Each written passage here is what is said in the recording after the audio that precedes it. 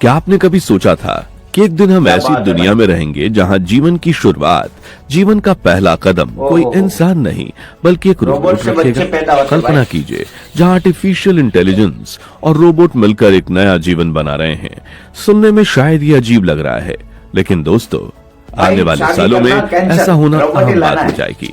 वैसे ही जैसे आज बिना मेल फीमेल के संबंध आए बच्चों का हो जाना, वहीं ये काम अब एआई कर रहा है। जी हाँ, दुनिया में पहली बार एक ऐसे बच्चे का जन्म जिससे बनाने की प्रक्रिया में डॉक्टरों के हाथ नहीं बल्कि एक रोबोटिक सुई और आर्टिफिशियल इंटेलिजेंस ने सबसे बड़ी भूमिका निभाई है। इस खबर ने पूरी दुनिया के मेडिकल जगत में हलचल मचा दी।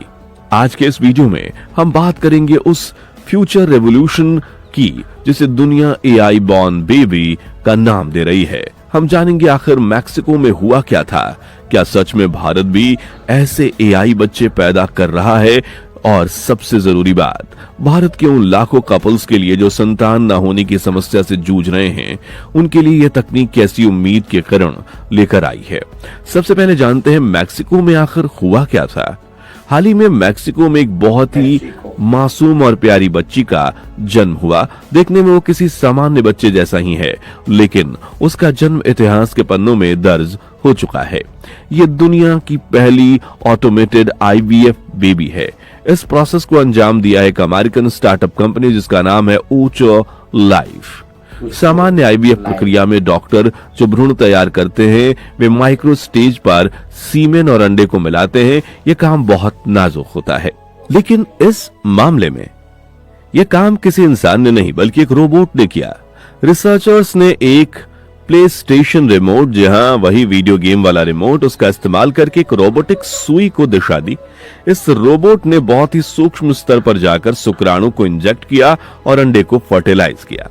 इसका परिणाम क्या हुआ? एक स्वस्थ गर्भावस्था और एक स्वस्थ बच्चा। न्यूयॉर्क टाइम्स की रिपोर्ट के मुताबिक यह प्रजनन प्रोसेस की दुनिया में स्मार्टफोन आने जैसा बदलाव है, यानी वैसा ही बदलाव जो पुराने फोन से स्मार्टफोन पर आने पर हुआ था। एआई और रोबोट कैसे मदद करते हैं? अब आप सोच रहे होंगे कि जब डॉक्टर ये काम पहले से कर रहे थे तो रोबोट और एआई की जरूरत पड़ी ही क्यों? जब सब ठीक चल रहा था तो बदलाव क्यों? इसका जवाब है सटीकता और सक्सेस रेट। थोड़ा इसको डिटेल में समझने की कोशिश करते हैं। पारंपरिक आईवीएफ प्रक्रिया में डॉक्टर एक पतली सी सुई के जरिए सीमेन को अंडे के अंदर डालते हैं, लेकिन दोस्तों इंसान आखिर इंसान है, तो इसमें हाथों का कपना, डॉक्टर के हाथ कभी कभी सूक्ष्म स्तर पर हल्का सा हिल सकता है, थकान, लंबे समय तक काम करने से थकान हो सकती है, चुनाव में गलती, हजारों शुक्राणुओं में से सबसे बेहतर शुक्राणु कौन सा है ये चुनना कभी कभी मुश्किल हो जाता है। तब यहां एंट्री होती है आर्टिफिशियल इंटेलिजेंस की। इस नई तकनीक में एआई सिस्टम पहले शुक्राणुओं की जांच करता है। वो देखता है कि कौन सा शुक्राणु सबसे स्वस्थ है, किसका आकार सबसे सही है और किसकी गति सबसे तेज है। जब एआई सिलेक्शन कर लेता है तो बारी आती है रोबोट की। रोबोट के हाथ हिलते नहीं बल्कि वे थकते भी नहीं है। वो एकदम सटीक तरीके से सीमेन को अंडे में डालता है। इससे अंडे के खराब होने का खतरा ना के बराबर हो जाता है और गर्भ अवस्था की संभावना बढ़ जाती है। अब इस तकनीक का मकसद ऐसा नहीं है कि डॉक्टरों की जगह ले ली जाए, बल्कि उनके हाथों को सुपर पावर देना है। भारत के लिए यह क्यों जरूरी है? अब आते हैं सबसे महत्वपूर्ण हिस्से पर। भारत को इस तकनीक की इतनी बारीकी से क्यों जरूरत पड़ रही है, और क्या भारत में एआई बेबी का जन्म हो चुका है? कुछ खबरों और सोशल मीडिया पर फेक पोस्ट भ्रम पैदा कर सकते हैं कि शायद भारत में भी ऐसा बच्चा पैदा हुआ है। हम आपको ये साफ बता दें कि अभी जो खबर चर्चा में है वो मैक्सिको की है, लेकिन भारत की मेडिकल इंडस्ट्री में इस तकनीक का बेहद ज्यादा इस्तेमाल हो सकता है और यहाँ के डॉक्टर इस तकनीक को अपनाने के लिए पूरी तरह तैयार हैं। भारत में बांझपन एक बहुत बड़ी समस्या बनती जा रही है। WHO और भारतीय आंकड़ों के मुताबिक भारत में 2 में से 3 करोड़ जोड़े ऐसे हैं जो संतान न होने की समस्या से जूझ रहे हैं। आज के समय में लाइफस्टाइल में बदलाव, स्ट्रेस, प्रदूषण और देर से शादी की वजह से नेचुरल प्रोसेस से बच्चा पैदा करना मुश्किल हो गया है। ऐसे में आईवीएफ केंद्रों के बाहर लंबी कतारें लगी हैं। लेकिन भारत में बड़ी 2 समस्याएं हैं। पहला, खर्च। आईवीएफ का इलाज महंगा होता है, एक बार की प्रक्रिया में लाखों में खर्च जाता है। कम सफलता दर, इतना पैसा खर्च करने के बाद सफलता की दर सिर्फ 30 से 40% के बीच ही होती है। कई बार जोड़ों को 3 से 4 बार यह प्रक्रिया करवानी पड़ती है, जो उन्हें इमोशनली और फाइनेंशियली रूप से तोड़ देता है। यही वजह है कि एआई इंटीग्रेटेड आईवीएफ भारत के लिए बहुत बड़ा बदलाव साबित हो सकती है। अगर एआई की मदद से सफलता दर बढ़ती है तो कम प्रक्रियाओं की जरूरत पड़ेगी। कम प्रक्रियाओं का मतलब कम खर्च और कम मानसिक तनाव। भारत के बड़े अस्पताल और शोध संस्थान नई खोज पर नजर बनाएंगे। विशेषज्ञों का मानना है कि अगले कुछ ही सालों में यह तकनीक भारत के बड़े शहरों जैसे मुंबई, दिल्ली और बंगलोर में उपलब्ध होगी। भारत मेडिकल टूरिज्म का केंद्र है और इसलिए हम उम्मीद करते हैं कि भारत शायद इस तकनीक को सस्ता और आम लोगों तक पहुंचाने में दुनिया का नेतृत्व करेगा। क्या ये तकनीक आम आदमी तक पहुंचेगी? इस तकनीक का सबसे बड़ा वादा है इलाज को सबके लिए सस्ता बनाना। फिलहाल आईवीएफ एक हाथ की कारीगरी की तरह है। एक भ्रूण विज्ञानी बनने में सालों लगता है। ये बहुत ही हुनर वाला काम है, इसलिए ये महंगा है।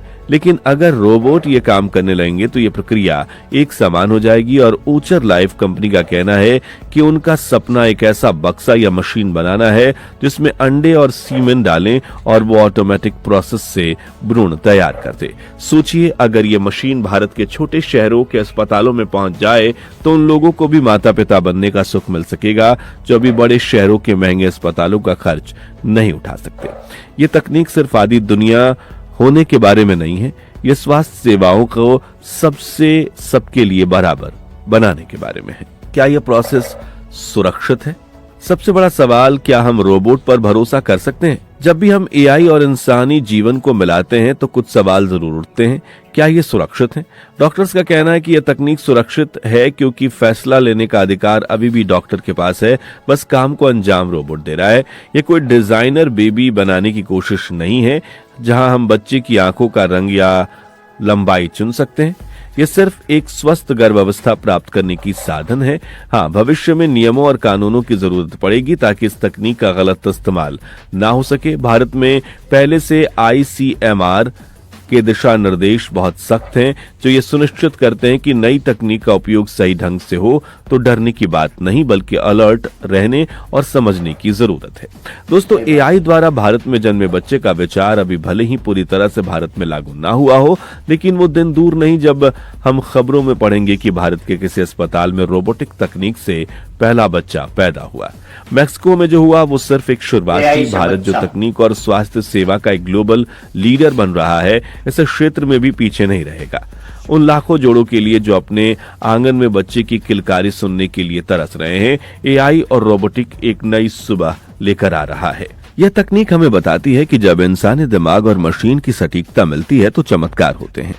आपका क्या मानना है? क्या आपको लगता है एआई और रोबोट को मेडिकल फील्ड में और ज्यादा शामिल होना चाहिए या फिर हमें नेचर के साथ ज्यादा छेड़छाड़ नहीं करनी चाहिए? अपने विचार नीचे कमेंट सेक्शन में जरूर लिखें, हम हर कमेंट पढ़ते हैं। अगर आपको ये वीडियो इंटरेस्टिंग लगी तो इसे लाइक करें और अपने दोस्तों के साथ और परिवार के साथ शेयर जरूर करें। ऐसी ही जानकारी वाली वीडियो के अपडेट के लिए चैनल को सब्सक्राइब करना ना भूलें। मिलते हैं अगली वीडियो में, तब तक के लिए जय हिंद, जय भारत।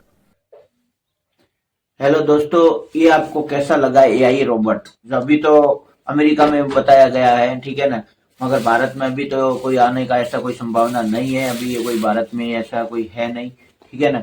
मगर आपका ये क्या कमेंट है, कमेंट में जरूर बताइए। रोबोट से बच्चे पैदा करने चाहिए या नहीं करने चाहिए, या भारत में ऐसी इसकी कोई जरूरत है इतने करोड़ों रुपए खर्च करने के बाद, ठीक है। ऐसे कुआरे लड़के घूम रहे हैं, ठीक है ना। आप कमेंट में जरूर बताएं और मिलते हैं अगले वीडियो में। जब तक ले जय श्री राम।